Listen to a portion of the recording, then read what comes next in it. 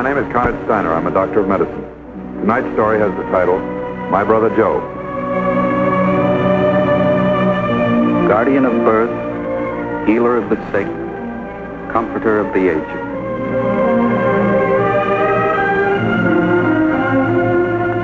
To the profession of medicine, to the men and women who labor in its cause, this story is dedicated.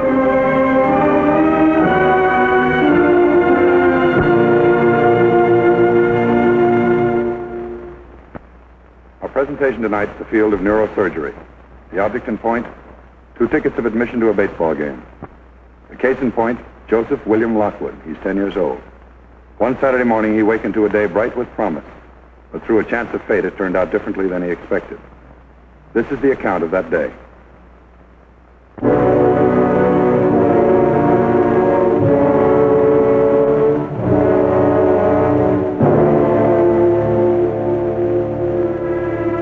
Excuse me. Yes? My name is Stanley Lockwood. I'd like to see Joseph Lockwood, please. Is he here? Are you close relative of this? Yes, ma'am. I'm Joe's brother. Can I see him? Dr. Bircher? Just a minute.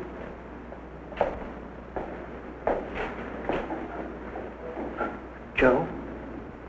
Joe? What's the matter? Do you know? Oh, you've got a good idea, son. He's pretty critical. He's got a severe head injury. Fractured skull? We haven't seen the x-rays yet. Actually, the most important problem isn't the damage to the skull, but to the brain. You see, many times there can be damage to the skull without any injury to the brain at all.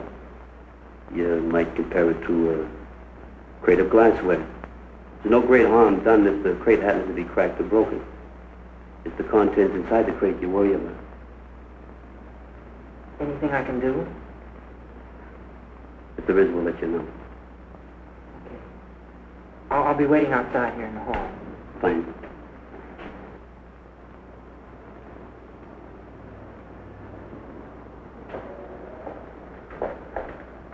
Excuse me. Yes. They said my father was here. Yes, he was out on the benches, but he might have gone down to the hall to use the phone.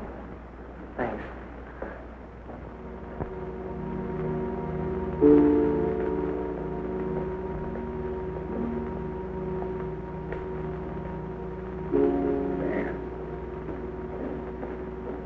Dan, how are you, son? I just called your grandmother's place. She told me you left. I came in a taxi. It took a long time. You okay, Dad? Oh, sure, just a couple of scratches. How about Joe? Did you see him? How is he? You were here first. Haven't you seen him? No, I couldn't, Stan. I just couldn't take it. I'd break up seeing Joey lying in there. Believe me, son, that wouldn't be any good at all. Joe's hurt, Dad. Don't you want to see him? Sure I do, but I just told you. If I saw Joey now, I'd break up. That wouldn't help things, would it, son? Yes, it wouldn't. Now, wait, Stan. What's happened between your mother and me? You know how much you fellows mean to me, you and Joey. You know how I think about you. Sure, Dad. I know how you feel.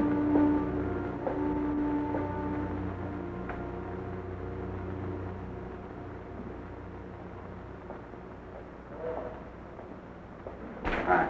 Hi, Jim. Sure. Auto versus auto. Condition? Not good. The pressure's at 160 over 100.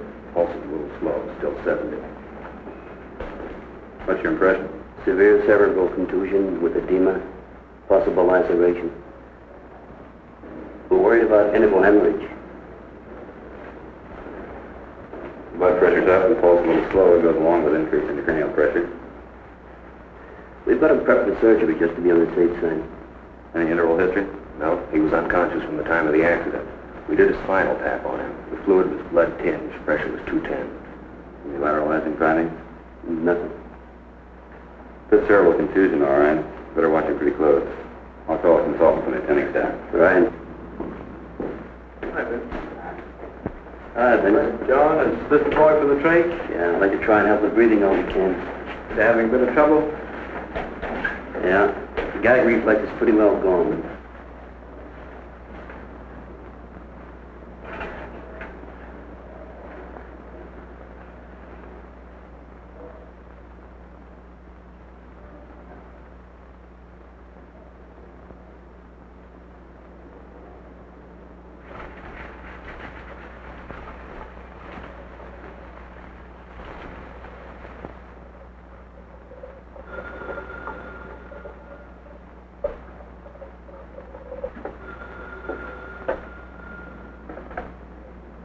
$5,900, Miss Swenson.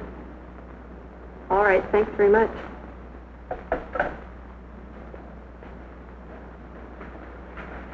Dr. Bircher, the x-rays are ready on the way. Let's go. If anything happens, call us right away. All right, Doctor. Violet, nurse.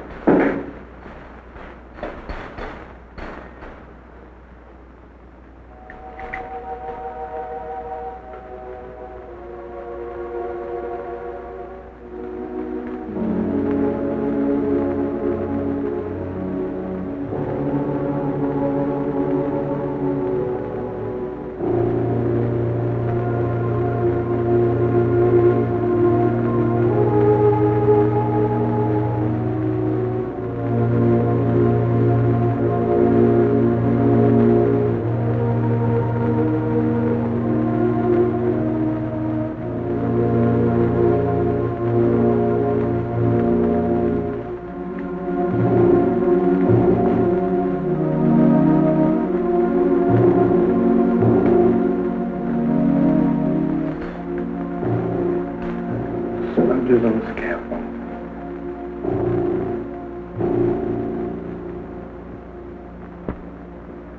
Golly, Stan, you're getting big. I was just thinking it must be months since I've seen you. How do you like you in your school? Get along all right? What happened, Dad? How'd you get in the wreck? Well, it's hard to explain, Stan. I wish I had an alibi. I haven't anything. I was speeding.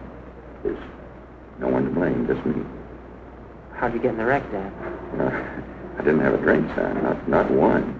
You can ask the doctors. I was speeding. Just happened. That's all. How did it happen? Well, I called your mother's lawyer yesterday. I said instead of my regular visiting day with Joy, I'd like to take him to Saturday doubleheader. The lawyer said all right, so I picked him up after lunch and went out to the ballpark. We had a lot of fun together. Joey kept asking about you, Stan. He looked just great. Well, it was a lot of fun. I must have forgot the time. I looked at my watch and I realized I'd have to hurry. I had this date with a friend of mine, so Joey and I got in the car and, like I say, it's going pretty fast. Speeding. Car pulled out at an intersection. I swung the wheel over. I missed the car, but front wheel hit the curb and tire blew out. Lost control. Piled into a cement wall. Joey hit his head. Dashboard. That's all I can tell you, Stan. Okay, Dad. I just wanted to know how it happened.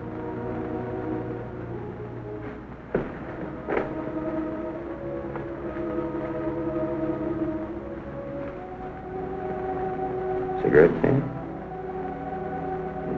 Or don't they agree with you? No thanks, Dad. I don't smoke.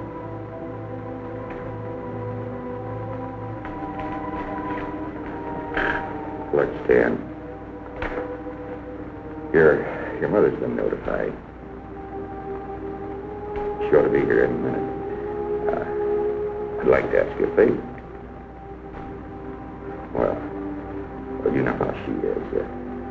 How excited she gets. I'll need your help, you know? No, I don't, Dad. Well, you know how it is. Now, I don't hold any grudges. I say live and let live, but you know how excited she gets. She'll rant and rave and say all kinds of things. You'll help me, won't you, son? You understand? I understand, Dad. You always need help. Mm-hmm. There's no mistaking it. Linear fracture, right temporal.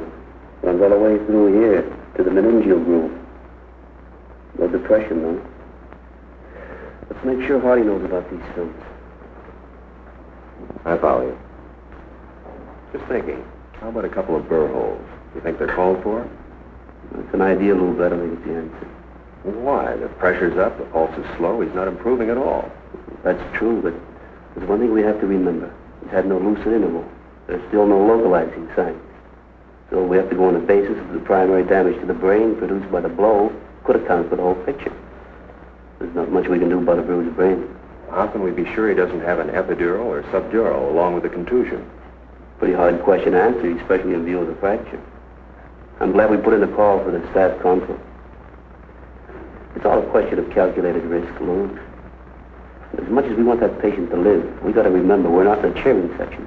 We're not sitting out there with the rooties around the field. So it's our problem to make the best possible decisions based on the facts at hand. Okay? I follow you.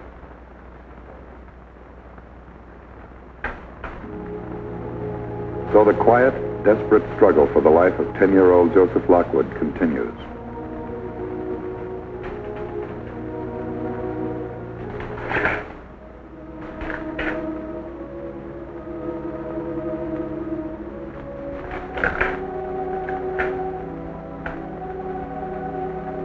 In order to aid the patient's respiration as much as possible, a tracheotomy is performed.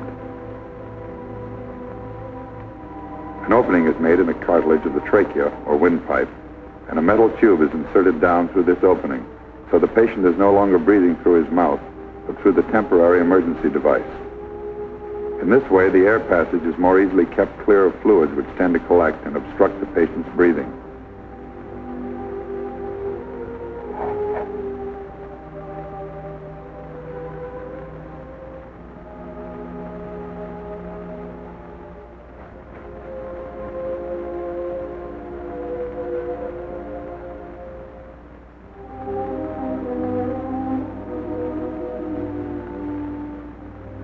The oxygen supply is then regulated to conform with this procedure.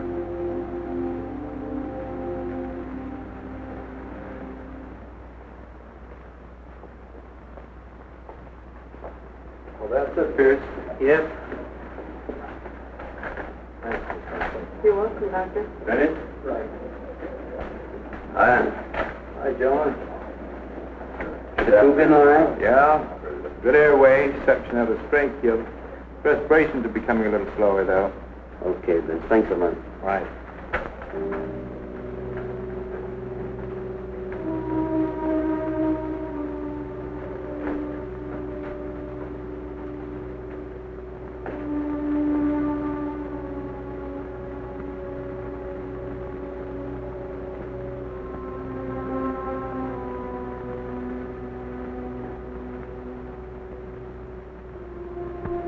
Dan.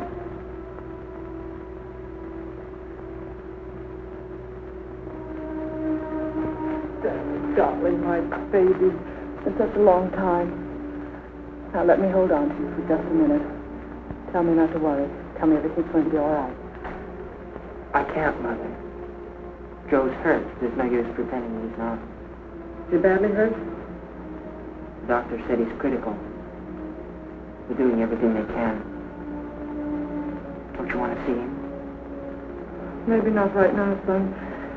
I'd like to rest a while. I'm not very strong, you know. Terrible strain. Hello, Lorraine. Grief. Every day that I've known you, you've brought nothing but grief. Now, wait a minute, Lorraine. Use your head. This is no time for that. Come and sit with me, Stanley. You've grown so tall, I hardly recognize you. Come and sit down. Talk to me. You make me feel so much better. It's a terrible strain. I need help. I need your help, Stanley. Come and sit down. Why do you worry about yourself, Mother?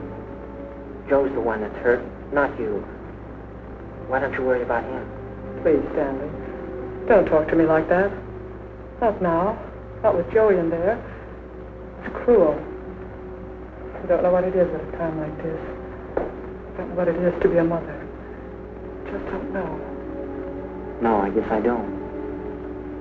You?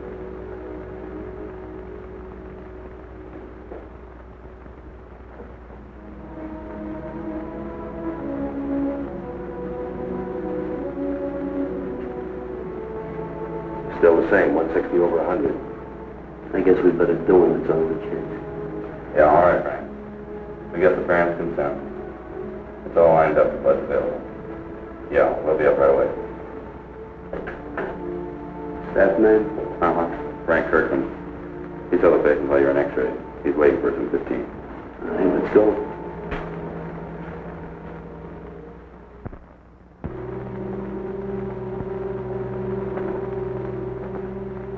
What time is it, Stan? Oh, what's this got? It's almost 5:30. Can I get you something, son? Maybe a cup of coffee, a sandwich, maybe. No thanks, Dad. Nothing right now. Ask Mother. Maybe she'd like something.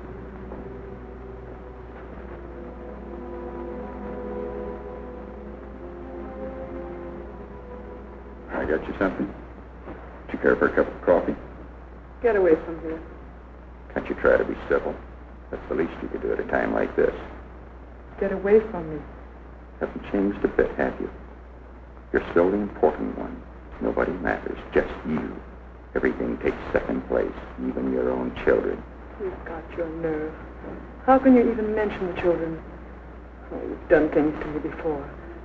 I never dreamed you'd do a thing like this. You out of your mind? Do you think I meant to hurt Joe? What difference does it make what you meant? You did it. It's on your conscience. You could mention a few things that should be on your conscience. That is, if you have such a thing as a conscience. You've got your nerve. You of all people. You cared nothing for me. You cared nothing for the boys.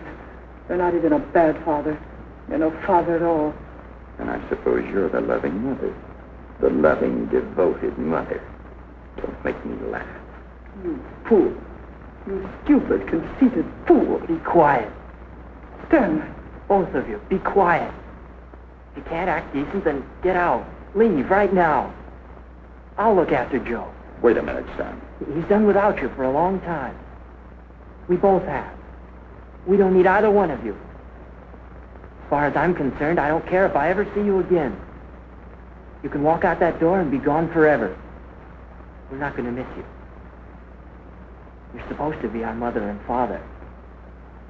I don't understand you. I don't know you. I never did know you. Same for Joe. We've been so busy fighting that we never had a chance to know you. Go on, leave right now. Take your fighting outside. Go out and fight on the sidewalk. Stanley, please don't. Please, nothing. I've heard it all my life. I've heard all I want to hear. Fighting, arguing, calling names. Can't you ever be nice? Can't you act like a mother and father are supposed to act? Kids at school. Their folks are nice. They like each other. Why can't you be like them? Even now, Joey in there, all banged up. All you can do is fight and argue. I know what you're like now. I didn't want to, but I finally made up my mind. You don't care about Joe. You don't care about me. Well, that goes both ways. We don't care about either one of you. Go on, leave right now. You probably got things to do. Forget about me. Forget about Joe. And you can count on it. You can count on it for sure. We're going to forget about you. Once again, a most critical problem is met with a most critical decision. With the patient deteriorating and his coma deepening, the possibility of a blood clot, however slight, cannot be ruled out. There's little hope in performing the operation, but there's no hope at all if the operation is not performed.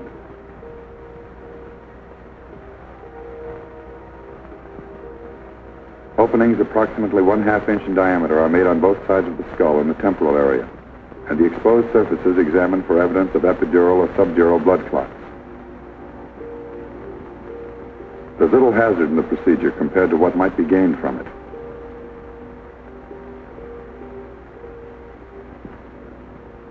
The struggle goes on, to the end, to the bitter, incontestable end.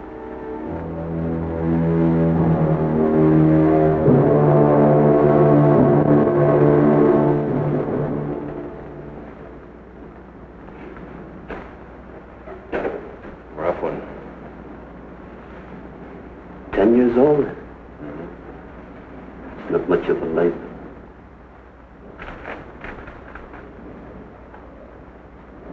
You gonna talk to folks? Yeah.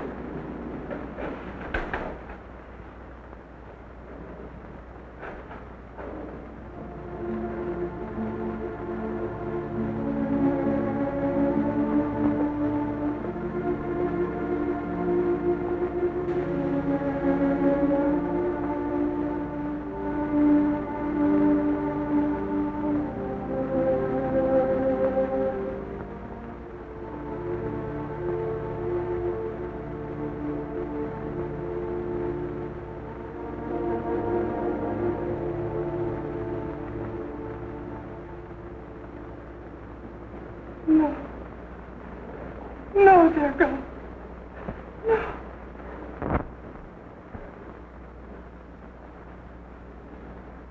Doctor.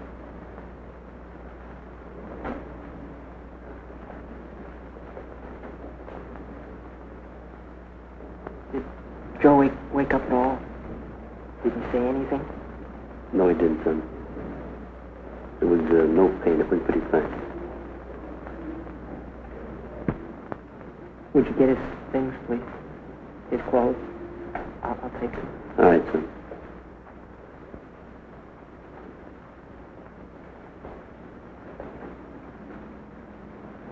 Dad? Shall we go home? All right, son. Lorraine, we're going home, honey. Now, take it easy. Everything's going to be all right. Yes. Thank you, Doctor.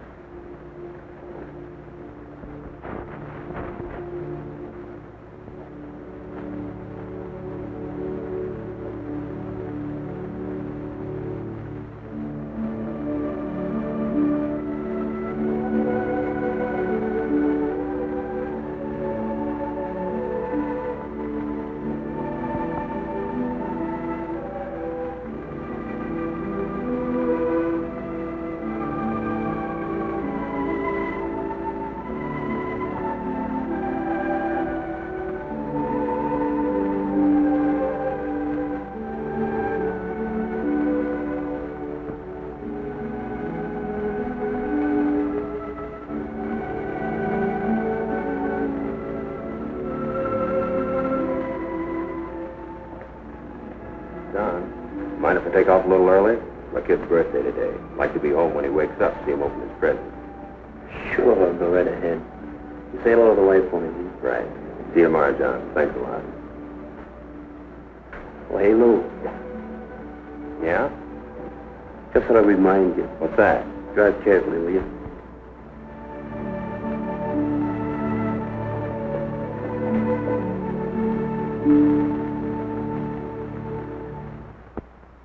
One final observation regarding the outcome of tonight's case. A physician faced with the problem of managing a head injury received from a severe blow cannot always predict the outcome or determine at once the course of immediate and future treatment.